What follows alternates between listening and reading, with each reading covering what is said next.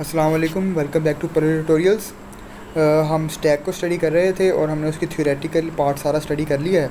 और मैंने आपको बताया कि उसकी दो इम्प्लीमेंटेशन होती हैं, एक को हम कहते हैं लिंक लिस्ट इम्प्लीमेंटेशन, एक को कहते हैं अरे इम्प्लीमेंटेशन। इस ट्यूटोरियल के अंदर हम उसकी स्टैक की लिंक लिस्ट इम्प्लीमेंटेशन को स्टडी करेंगे और साथ उसकी कोडिंग को स्टडी करेंगे, हम किस तरह कोड कर सकते हैं। सो अपने टॉपिक की तरफ चलते हैं। सो फर्स्ट ऑफ़ ऑल ये थोड़ी सी रिवीजन कि push pop and top operations क्या होते हैं। लिंक लिस्ट इम्प्लीमेंटेशन के अंदर भी वही होता है, पुश ऑपरेशन इंसर्ट करने के लिए, पॉप उसको डिलीट करने के लिए और टॉप उसको रीड करने के लिए, राइट। सो ये हमारे पास ग्राफिकली एक इन्होंने बनाया हुआ है इमेज सा कि एक लिंक लिस्ट के अंदर किस तरह होता है। लिंक लिस्ट का मैंने आपको पहले बताया कि उसके अंदर एक नोड्स होते हैं डिफरेंट, और हर नोड के अंदर एक डाटा होता है और एक पॉइंटर होता है अगले नोड का, राइट। सो इसके अंदर क्या होगा, हमारे पास लिंक लिस्ट होगी और हमारा एक पॉइंटर होगा जो सिर्फ टॉप ऑफ स्टैक को पॉइंट कर रहा होगा हर वक्त, राइट। तो हम इसी जगह पर नया नोड इंसर्ट करेंगे या फिर इसी को डिलीट करेंगे या इसी को रीड करेंगे, तो हमारा जो आखिरी होगा वो नल को पॉइंट करता रहेगा, राइट, जो हमारा सबसे पहले ऐड होगा। तो हमारे टॉप के ऊपर सारे ऑपरेशंस यहाँ पर परफॉर्म होंगे। सो फर्स्ट ऑफ ऑल हमारे पास एक स्ट्रक्ट नोड होगा कोड के अंदर, एलिमेंट टाइप एलिमेंट और पीटीआर टू नोड नेक्स्ट, यानी कि एक पॉइंटर है जो अपने नेक्स्ट नोड को पॉइंट करेगा, राइट। इसको हमने किस तरह डिफाइन किया, हमने इसको टाइप डेफ किया हुआ है। यहाँ पर आप देख सकते हैं हमारे तकरीबन हर ट्यूटोरियल के अंदर या कोडिंग के अंदर हमने इनको टाइप डेफ किया होगा ताकि हम इनको ईजिली कॉल कर सकें अपने मेन फंक्शन के अंदर। जस्ट राइटिंग स्टैक, हम अपना स्टैक क्रिएट कर सकें, राइट। ये हमारी ईजीनेस के लिए हमने निक नेम रखे हुए हैं अपने नोड के, राइट। तो मैंने नोड को टाइप डेफ कर दिया है पीटीआर टू नोड, और पीटीआर टू नोड को दोबारा टाइप डेफ कर दिया है स्टैक के ऊपर, राइट। तो अब मैं स्टैक लिखकर अपना नया स्टैक बना सकता हूँ। डिफरेंट फंक्शन जो मैं अपने स्टैक में यूज़ करूँगा वो होगा is empty, create stack, dispose stack, make empty, push, top and pop, right. इनकी जो अंदर जो एल्गोरिथम यूज़ होगा या जो कोडिंग यूज़ होगी वो अरे इम्प्लीमेंटेशन और लिंक लिस्ट इम्प्लीमेंटेशन के अंदर क्या होगी, थोड़ी बहुत डिफरेंट होगी, मगर मोस्टली वो सेम ही होगी। तो अगर आप एक को समझ जाएंगे तो आप इजीली दूसरे को भी समझ सकते हैं, राइट। सो ये बेसिक आपने एक नोड का तो समझ ही गए होंगे कि नोड के अंदर क्या होता है, एक एलिमेंट होता है और पॉइंटर होता है अगले नोड के लिए, राइट। सो अब हम आगे चलते हैं। अब हमारा जो पहला फंक्शन है वो है इज़ एम्प्टी का, वो चेक करने के लिए कि क्या हमारा स्टैक एम्प्टी तो नहीं है। तो जैसे हम लिंक लिस्ट में पहले भी चेक किया करते थे, तो यहाँ पर भी हम चेक कर रहे हैं कि अगर हमारा जो स्टैक का सबसे ऊपर वाला टॉप है, राइट, ये वाला, अगर ये किसी नल को पॉइंट कर रहा है तो ओब्वियसली मेरा स्टैक क्या हो जाएगा, वो एम्प्टी होगा। सो वो रिटर्न कर रहा है एक्स का next is equals to null, यानी कि अगर मेरा स्टैक एस है तो एस नोड अगर वो नल को पॉइंट कर रहा है, राइट, तो वो मेरा स्टैक ऑब्वियसली एम्प्टी होगा। तो रिटर्न स्टेटमेंट अगर ये वो नल होगा तो 1 रिटर्न करेगी, अगर नहीं होगा तो 0 रिटर्न करेगी। इसमें पता चल जाएगा कि मेरा जो है वो स्टैक एम्प्टी है या नहीं। अब हमारा फंक्शन है क्रिएट स्टैक, और क्रिएट स्टैक सबसे इंपॉर्टेंट फंक्शन है कि आपने जब भी स्टैक क्रिएट करना है तो वो किस तरह क्रिएट होगा लिंक लिस्ट के अंदर, राइट। तो फर्स्ट ऑफ ऑल क्या होता है, आप एक स्टैक डिफाइन करते हैं स्टैक एस, तो क्या होगा, आपका एक नोड बनेगा, राइट। उसके बाद मैंने जैसे लिंक लिस्ट में होता था, आप मैलेक का फंक्शन यूज़ करके मेमोरी एलोकेट कर सकते हैं हमेशा अपने नोड की, राइट। जब भी आप कोई स्ट्रक्चर डिफाइन करते हैं तो वो डिफ़ाइन तो हो जाता है मगर उसकी मेमोरी एलोकेट नहीं होती। जब आपने स्टैक एस बनाया, राइट, तो अब एस डिफ़ाइन तो हो गया मगर इसकी मेमोरी नहीं बनी हुई, ये अभी तक फिजिकली एग्जिस्ट नहीं कर रहा। तो आप मैलेक फंक्शन यूज़ करके इसको फिजिकली एग्जिस्ट करवाएंगे। तो क्या करेंगे आप s is equals to malloc size of struct node. तो मैलेक का फंक्शन आपको मैंने पहले भी एक्सप्लेन किया था। मैलेक का फंक्शन नोड के साइज़ की मेमोरी एलोकेट करता है और एक पॉइंटर रिटर्न करता है जो कि स्टोर होता है जाके एस के अंदर, राइट। तो अगली स्टेटमेंट के अंदर आप चेक करते हैं कि क्या आपका जो पॉइंटर रिटर्न हुआ है वो नल तो नहीं है। अगर वो नल है तो आपकी मेमोरी आउट ऑफ स्पेस है, कि आपकी मेमोरी पहले ही फुल थी तो आपने नई मेमोरी एलोकेट नहीं कर पाए, राइट। तो अगर तो वो नल है तो आउट ऑफ स्पेस का एरर देके वो प्रोग्राम क्रैश कर जाएगा। बट अगर वो नल नहीं है तो इट मीन्स कि मेमोरी एलोकेट हो गई है, तो फिर वो क्या करेगा, वो एस के नेक्स्ट को नल कर देगा, राइट, और फिर आपके स्टैक को एम्प्टी कर देगा। अब मेक एम्प्टी का फंक्शन हम आगे चल के देखते हैं वो किस तरह उसको एम्प्टी कर रहा है और बाद में स्टैक को रिटर्न कर देगा। तो इस तरह आपका एक स्टैक क्रिएट हो गया। तो जब भी आप फिर नया एलिमेंट इंसर्ट करेंगे, ठीक है, तो नया नोड बनेगा और नया नोड उसके आगे इंसर्ट होता जाएगा, जिस तरह लिंक लिस्ट के अंदर हुआ करता था, राइट। अरे की इम्प्लीमेंटेशन के अंदर ये प्रोसेस थोड़ा सा डिफरेंट है जो कि मैं आगे चल के आपको दिखाऊंगा। मगर अभी आप इसको इस तरह देख लें कि ये क्रिएट स्टैक का फंक्शन सिर्फ एक नोड स्टैक का बना रहा है और उस नोड के अंदर डाटा फिर हम बाद में स्टोर करेंगे, राइट। अब अगला फंक्शन है आपका मेक एम्प्टी का, जो कि हमने पहले क्रिएट स्टैक में भी यूज़ किया था, राइट। अब इसके अंदर क्या होता है, आपकी आर्ग्यूमेंट है स्टैक एस कि आप जिस स्टैक को भी एम्प्टी करवाना चाह रहे हैं वो आपका स्टैक इसके अंदर आ रहा है, वो सबसे पहले चेक करेगा कि क्या आपका स्टैक पहले ही एम्प्टी तो नहीं है, राइट। अगर आपका एस इज इक्वल से नल यानी कि आपका स्टैक नल को पॉइंट कर रहा है, तो इट मीन्स कि वो तो पहले ही एम्प्टी है, तो वो एरर देगा कि आपको पहले स्टैक क्या होगा, क्रिएट करना पड़ेगा, राइट। अगर ऐसा नहीं है तो फिर वो क्या करेगा, जब तक कि स्टैक एम्प्टी नहीं हो जाता, वो एक व्हाइल लूप चलेगा, तब तक वो पॉप करता जाएगा आपके स्टैक को। पॉप का फंक्शन किस लिए यूज़ होता है, स्टैक के ऊपर वाले एलिमेंट को डिलीट करने के लिए। तो जब तक कि आपका स्टैक एम्प्टी नहीं हो जाता, तब तक वो आपके एलिमेंट को क्या करता जाएगा, डिलीट करता जाएगा, और इस तरह आपका पूरे का पूरा स्टैक क्या हो जाएगा, एम्प्टी हो जाएगा।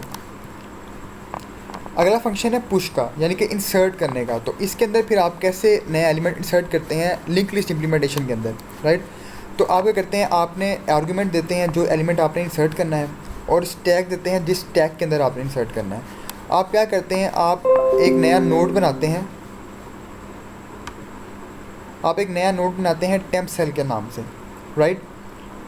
और क्या करते हैं, उसकी टेम्प सेल की एक मेमोरी एलोकेट करते हैं अपने मेमोरी हार्ड के अंदर, यानी कि आप अपनी मेमोरी एलोकेट कराते हैं उसकी, किसकी साइज़ की, एक नोड के साइज़ की। और अगेन आप चेक करते हैं कि कहीं वो नल तो नहीं है। अगर वो नल नहीं है तो फिर वो एल्स में आ जाएगा, अगर वो नल है तो फिर एड देगा क्या, आउट ऑफ स्पेस।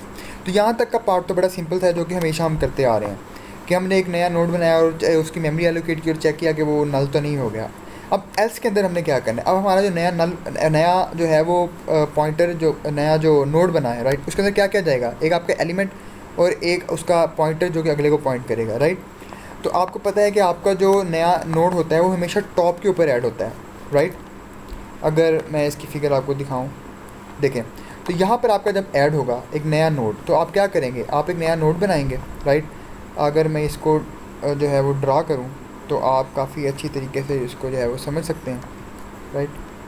तो आप क्या करते हैं, आप एक टेम्प सेल बनाते हैं यहाँ पर, राइट। उसकी जब मेमोरी एलोकेट हो जाती है, फिर आप चेक करते हैं कि कहीं उसका जो है वो मेमोरी एलोकेट हो गई है, तब इसके अंदर आप एलिमेंट स्टोर कराते हैं अपना एक्स, राइट। अब आपका जो टॉप ऑफ स्टैक है वो आपका पॉइंट कर रहा है इस चीज़ को, तो अब आपने इसके पॉइंटर्स को एडजस्ट करना है। तो आप किस तरह करेंगे, आप पहले इसके पॉइंटर को पॉइंट करवाएंगे इसकी तरफ, राइट, और फिर इसको यहाँ से काट के पॉइंट करवा देंगे इसकी तरफ, राइट। इससे क्या होगा, आपका डाटा भी लॉस नहीं होगा और आपका जो नया एलिमेंट है वो इंसर्ट भी हो जाएगा। अगर यहाँ पर आप सोचें कि आपका जो नोड था वो ये था, राइट, और आप इसका पॉइंटर एडजस्ट कर दें ये वाला उठा के इधर, यानी कि ये ख़त्म कर दें, और आपने इसको अभी तक पॉइंट नहीं करवाया किसी तरफ, तो अब आपका ये वाला डाटा सारा लॉस हो चुका है, आपको नहीं पता ये कहाँ पर पड़ा हुआ है, तो आप इसको इसके थ्रू यहाँ पर पॉइंट करा ही नहीं सकते, राइट। तो इसका नुकसान ये है आपके पास। तो पहले आपको ये वाला पॉइंटर एडजस्ट करना है इस तरफ, और उसके बाद ये वाला पॉइंटर सेट करना है, ताकि आपका जो डाटा है वो लॉस ना हो। तो अगर हम इसको कोडिंग के अंदर जाके देखें, राइट, तो क्या होता है, सबसे पहले वो एलिमेंट को इंसर्ट करता है, और फिर वो जो नया सेल बनता है उसके नेक्स्ट को स्टोर करता है आपके एस के नेक्स्ट के ऊपर, यानी कि आपका जो नया सेल था वो आपका पहले पॉइंट करेगा आपके स्टैक के ऊपर, और फिर जो स्टैक का टॉप था एस का नेक्स्ट वो फिर पॉइंट करेगा आपके टेम्परेरी सेल के ऊपर। तो अगर इस कोडिंग के अंदर आप इजीली समझ सकते हैं कि उसने किस तरह अपने पॉइंटर्स को एडजस्ट किया हुआ है, जिस तरह कि हम पहले लिंक लिस्ट में किया करते थे। तो इस तरह आपका नया एलिमेंट आपके स्टैक के अंदर क्या हो जाएगा, स्टोर हो जाएगा। अब आपका अगला फंक्शन है टॉप का, राइट। टॉप का फंक्शन क्या करता है, आपका सबसे ऊपर जो एलिमेंट पड़ा होता है वो रिटर्न करता है, राइट। आपने जिस भी स्टैक के अंदर से टॉप ऑफ एलिमेंट को जो है वो रीड करना है, वो आप स्टैक इसका आर्गूमेंट देंगे। ये फंक्शन चेक करेगा कि कहीं आपका वो स्टैक पहले से एम्प्टी तो नहीं है, राइट। अगर वो एम्प्टी नहीं है तो वो क्या करेगा, वो रिटर्न कर देगा एस के नेक्स्ट का एलिमेंट, यानी कि जो उसका जो टॉप पर एलिमेंट पड़ा हुआ है, एस जो है वो पॉइंट कर रहा है आपके टॉप वाले एलिमेंट नोड को, राइट। तो टॉप वाले नोड के अंदर जो एलिमेंट पड़ा हुआ है, राइट, वो उसका रिटर्न कर देगा यहाँ से ईजिली। तो ईजिली आप उसको रीड कर सकते हैं। अगर तो वो एम्प्टी था तो आपका ये इफ स्टेटमेंट कभी भी एग्जीक्यूट नहीं होगी और वो एरर देगा कौन सा, एम्प्टी स्टैक, राइट। तो इस तरह आपका टॉप ऑपरेशन चलेगा। आगे आया था आपका पॉप का ऑपरेशन। तो पॉप का ऑपरेशन क्या करता है, जो आपका सबसे ऊपर एलिमेंट पड़ा होता है वो उसको क्या करता है, डिलीट करता है। तो फर्स्ट ऑफ ऑल आप क्या करते हैं, आप एक सेल बनाते हैं नया, राइट, और फिर चेक करते हैं कि अगर वो एम्प्टी तो नहीं है आपका स्टैक। अगर आपका स्टैक एम्प्टी है तो इसलिए वो स्टैक को एम्प्टी करा देगा। अब इस तरह के जो फंक्शन है एम्प्टी है या नहीं चेक करने वाले, ये ऑप्शन होते हैं, ये आप ऐड करते हैं ज़्यादा फंक्शनैलिटी के लिए, राइट, वरना आप डायरेक्टली भी नीचे वाली स्टेटमेंट्स को एग्जीक्यूट कर सकते हैं। तो पहले वो चेक कर लेता है सेफ़ रहने के लिए कहीं वो पहले से एम्प्टी तो नहीं है। अगर वो एम्प्टी नहीं है तो फिर वो एल्स कंडीशन के अंदर आ जाएगा। तो क्या होगा, सबसे पहले वो एक फर्स्ट सेल है ठीक है, फर्स्ट सेल इक्वल हो जाएगा एस के नेक्स्ट के लिए, यानी कि एस का नेक्स्ट आपका जो स्टैक है जिस चीज़ सबसे ऊपर जिसको पॉइंट कर रहा होगा वो भी आपके फर्स्ट सेल के इक्वल हो जाएगा, राइट। यानी कि आपका एस का जो नेक्स्ट है वो फर्स्ट सेल को पॉइंट करेगा दोबारा, और एस का नेक्स्ट स्टेप चला जाएगा एस के नेक्स्ट के ऊपर, राइट। तो इट मीन्स कि आपका टॉप ऑफ एलिमेंट क्या हो गया, बाईपास हो गया। उसके बाद वो फर्स्ट सेल को क्या कर देगा, रिमूव कर देगा। अब ये आपको बोलने में समझ नहीं आया होगा, राइट। मैं आपको फिगर के थ्रू आपको समझाता हूँ कि ये किस तरह करेगा काम। सपोज़ करें कि आपका ये वाला एक स्टैक पड़ा हुआ था, मैं दोबारा से ड्रा करता हूँ। ये मैंने बनाया एक फ्री सेल, राइट, और मैंने अब क्या कह दिया, मैंने कह दिया कि मेरा जो फर्स्ट सेल है वो एस के नेक्स्ट की इक्वल है। ये जो टॉप ऑफ जो स्टैक हम जो हमेशा कहते हैं ये एस है, एक्चुअली ये एस है, तो एस का नेक्स्ट ये है, राइट। तो मैं कहता हूँ मेरा जो फ्री सेल है वो इक्वल है एस के नेक्स्ट के, तो इट मीन्स कि मेरा ये दोनों जो डब्बे हैं वो बिल्कुल इक्वल हो जाएंगे। अगर इसके अंदर एक्स पड़ा हुआ है तो इसके अंदर भी क्या आ जाएगा, एक्स। तो जब आप नोड्स को इक्वल करते हैं तो ये दोनों चीज़ें क्या हो जाती हैं, सेम। तो इट मीन्स कि आपका जो टेम्परेरी सेल है वो ये बन चुका है इस तरह, राइट। और आपका ये जो है वो यहाँ से ख़त्म हो चुका है, ठीक हो गया। अब आप क्या करते हैं, अब आपका जो एस का नेक्स्ट है जो कि ये वाला पॉइंटर है, ये वाला, वो एस का नेक्स्ट हो रहा है। आप इसको क्या करते हैं, आप इसको करते हैं एस का नेक्स्ट, राइट। तो ये यहाँ पर नहीं रहता, ये एस के नेक्स्ट का नेक्स्ट हो जाता है, यानी कि वो यहाँ पर आ जाता है। और उसके बाद आप क्या करते हैं, आप फ्री का फंक्शन यूज़ करके इस डब्बे, इस नोड को यहाँ से क्या कर देते हैं, फ्री कर देते हैं। तो अब आपका ये वाला चीज़ रिमूव हो चुकी है और आपका एस अब इसको पॉइंट करें, यानी कि आपका सबसे टॉप वाला एलिमेंट क्या हो चुका है, डिलीट हो चुका है। तो इस तरह जो है आपका पॉप का जो फंक्शन है वो काम करता है, राइट। हमने पुश भी कर लिया, हमने टॉप भी कर लिया और हमने पॉप भी कर लिया। अब जो क्या होता है, आपके जो मैलक के फंक्शन होते हैं वो आपने काफ़ी केयरफुली यूज़ करने हैं। क्योंकि मैलक का फंक्शन आपका मेमोरी एलोकेट करता है आपके स्टैक के अंदर, और आपके स्टैक की मेमोरी काफ़ी ज़्यादा लिमिटेड होती है। तो आपको इसके जब भी आपने नया एलिमेंट इंसर्ट करना होगा या क्रिएट स्टैक करना होगा तो नोड बनाना पड़ेगा आपको नया, तो उसके लिए आपको मैलक का फंक्शन यूज़ करना पड़ेगा। मोस्टली कन्फ्यूजन स्टूडेंट्स को ये रहती है कि जब भी वो नया एलिमेंट इंसर्ट करते हैं वो मैलक का फंक्शन ही यूज़ नहीं करते। तो उनके लिए बेसिक जो कंसेप्ट है वो यहाँ पर याद रखने वाला ये है कि लिंक लिस्ट इम्प्लीमेंटेशन के अंदर आप नोड को डिफ़ाइन करते हैं स्ट्रक्चर के थ्रू, और जब भी स्ट्रक्चर डिफ़ाइन होता है वो कभी भी फिजिकली एग्जिस्ट नहीं करता। तो जब अगर आप नोड्स यूज़ कर रहे हैं तो आपको उसको फिजिकली एग्जिस्ट करवाने के लिए मैलक का फंक्शन हमेशा यूज़ करना पड़ेगा।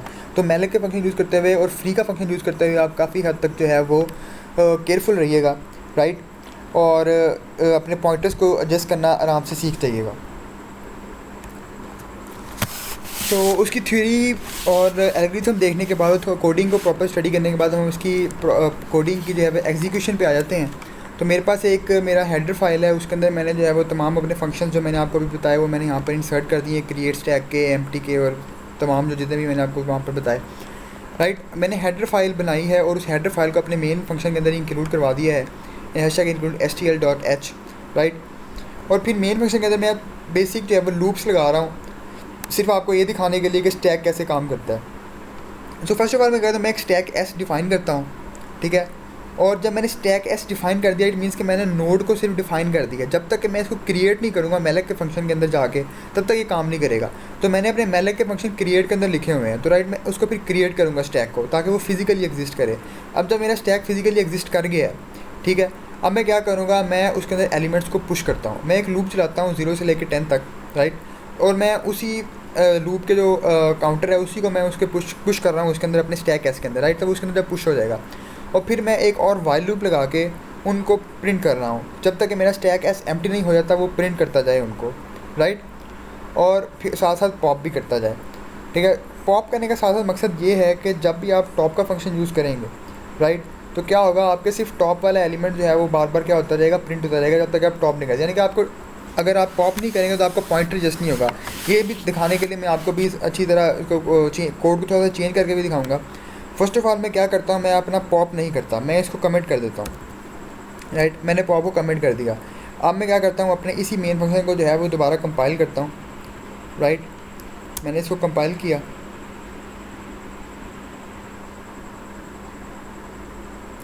ये कंपाइल हो गया। अब मैं इसको रन करता हूँ, तो देखें ये एक इन्फिनाइट लूप है। वाई?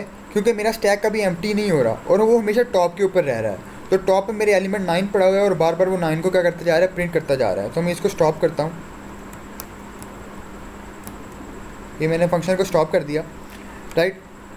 अब देखें, जब उसने मैंने कंडीशन लगाई कि जब तक मेरा स्टैक एम्प्टी नहीं होता वो टॉप वाले एलिमेंट को क्या करे, प्रिंट करे। अब जब तक मैं टॉप का फंक्शन क्या करता हूँ, वो सिर्फ रीड करता है, तो 9 को वो रीड करके बार बार प्रिंट करता जा रहा है, मगर वो उसको पॉप नहीं कर रहा। अब मैं क्या करता हूँ, उसको पॉप भी कराता हूँ साथ साथ। अब मैं दोबारा इसको कंपाइल करता हूँ। अब देखें तो क्या हुआ, वो हर दफ़ा उसने पॉप किया और उसने 9, 8, 7, 6, 5 जिस तरह वो इंसर्ट हुए थे उसने उसी तरह उसको क्या करना शुरू कर दिया, प्रिंट करना शुरू कर दिया। अब यहाँ पर हो क्या रहा है, अगर मैं इस लूप को देखूँ पुश वाले को, तो सबसे पहले 0 पुश हो रहा है, फिर 1, फिर 2, फिर 3, फिर 4, फिर 5। तो मैंने आपको बताया था ये लीफो के ऊपर काम करता है, लास्ट इन फर्स्ट आउट, यानी कि जो लास्ट में इंसर्ट होगा वो सबसे पहले आउट होगा। तो लास्ट में मेरे पास क्या इंसर्ट होगा इसके अंदर, 9, तो मेरा सबसे पहले बाहर भी क्या आ रहा है, 9। और इसी तरह जो मेरा सबसे पहले इंसर्ट हुआ था वो था 0, तो सबसे आखिर में बाहर क्या आ रहा है, 0। सो इस तरह ये लीफो के ऊपर काम करता है। और हमेशा जब भी आप टॉप के बाद अगले एलिमेंट पे जाना चाहते हैं तो वो आप पॉप करते हैं ताकि आपका जो टॉप ऑफ स्टैक है वो नीचे आ जाए, राइट। सो आप काफ़ी हद तक फिर ट्यूटोरियल के अंदर समझ चुके होंगे कि स्टैक बाय लिंक लिस्ट किस तरह काम करता है। मैं इस ट्यूटोरियल के साथ अपनी इन कोड्स को भी जो है वो अटैच कर दूंगा ताकि आप उसको डाउनलोड करके मज़ीद जो है वो स्टडी कर सकें। So this was all for stack bye link list. अगले ट्यूटोरियल के अंदर हम स्टैक बाय अरे को प्रॉपर्ली स्टडी करेंगे। Thank you so much.